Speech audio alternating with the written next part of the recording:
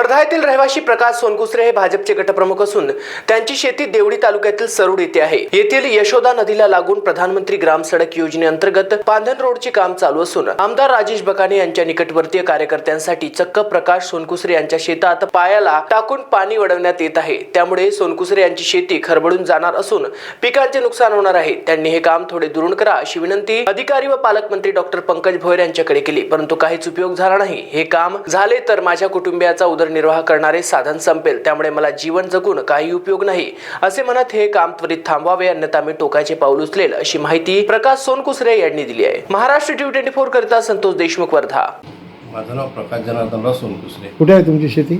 माझी शेती सरू वायगाव कशी वायगावला। काय काम चालू आहे तिथे? तिथे सदर रोडचं, वायगाव कडेगाव रोडचं, पुलाचं आणि रोडचं बांधकाम चालू आहे। रोडचं बांधकाम चालू असून तिथं आता सध्या जिथे माझं शेत आहे त्याच्या विरुद्ध दिशेला वसंतराव काळबांडे यांचं पण शेत आहे। पण वसंतराव काळबांडे हे राजेश बकाने कोण आहे? राजेश बकाने देवळी पुलगाव मतदारसंघाचे आमदार आहे। तर त्यांच्या कार्यकर्त्याला सांभाळण्यासाठी म्हणून त्यांच्या वावरातलं पाणी माझ्या वावरात डायव्हर्शन करायचा प्रयत्न चालू आहे। आणि सदर रोडला जे बांधकाम चालू आहे तिथे कुठेही पूल मंजूर नाही आहे। बांधकाम विभागाचा पूल तिथे मंजूर नाही आहे। तरीही हे लोक अधिकाऱ्याला सांगून दबाव आणून माझ्या वावरात तिथेच त्याच जागेवर पूल द्यायचा, मी वाटल्यास पर्यायी जागा देण्यास तयार आहो। तिथूनच 200 फुटावर माझा धुरा आहे, तिथून बांधी आहे, त्या बांधीने पाणी जाते। मी वारंवार प्रयत्न केले, त्यांना स्पॉटवर नेलं, पण तरीही त्या शेतकऱ्याचं म्हणणं हे आहे की त्याच जागेवर पाहिजे। मी म्हटलं त्या जागेवर जर पूल घेतला, माझी कमसे कम 2 एकराची शेती ही पूर्ण गड्ढा पडून खड्डून जाणार। माझं पूर्ण शेतीचं नुकसान होणार, माझं उपजीविका फक्त शेतीवर। आणि जर समजा हे सगळं जर नाही थांबलं तर माझा पोटापाण्याचा प्रश्न होता।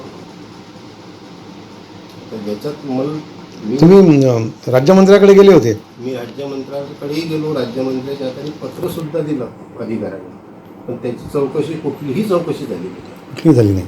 म्हणजे आमदाराच्या दबावाखाली काम चालू आहे?